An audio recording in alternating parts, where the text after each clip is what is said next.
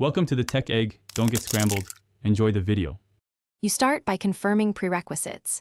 Make sure your device runs the camera app that offers a dedicated camera mode and that permissions are granted.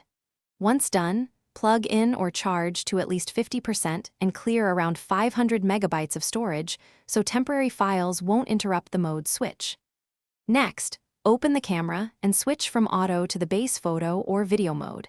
This primes the UI. Now you're ready to access the camera mode control. Tap the mode selector to begin.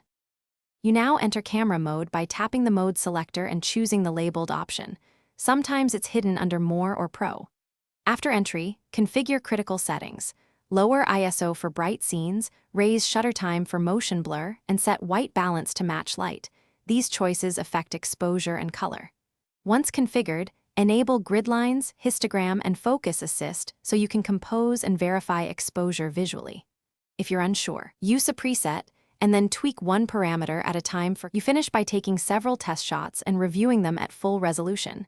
Examine highlights, shadows, and focus so you can fine-tune exposure compensation or shutter speed.